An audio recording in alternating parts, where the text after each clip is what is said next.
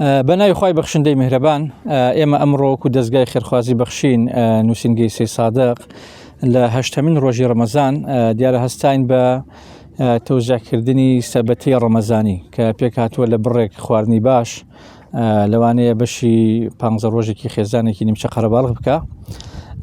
ئەم 150 حیسەیە هەوڵمان داوە و جودێکی زۆرمان کردو بیدین بۆ ماڵانی کە هەژارن و دەستکورتن و نەخۆشیان هەیە یاخود کاسبکاریان نییە.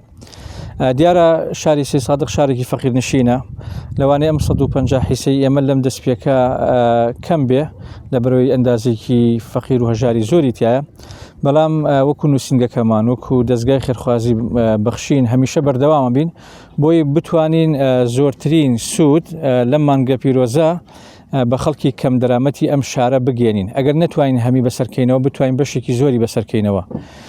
لێرەوە سوپاسی خێرخوازانەکەین و سوپاسی ئەو ڕێکخراوانە ئەکەین کە لە ڕێگەی بەخشین هەڵەبژێرن بۆی بتوانێت خزمەتی خەڵک بکە و داواکەین لە خێرخوازان لێرە دەستبارمان بگرن. ئەم مانگە مانگێکی تایبەتە بۆی بتوانین خزمەت بە خەڵکی بکەین، بۆی بتوانین یعنی ئەو خەڵکە فەقیر و هەژار و دەستکورتە ڕەمەزانێکی دڵخۆش و وەکوڵێ تێر و تەسەل باتە سەر بە ئیزنی خوا کاتی پشتیوانیکردنی خەڵکی هەژارە بە تایبەتی لە مانگا، بۆیە داوایان لەکەین بێن لە ڕێگەی بەخشینەوە. ئێمە دەبینە پردی نێوانیان دەتوانین بە خەڵکی کەم دەرامەت و هەژاریان بناسیێنین و ئەوانش بگەنە دڵخۆشێکی دنیای و دەستکەوت و سەرکەوتنیکی قیامەتی زیاتر.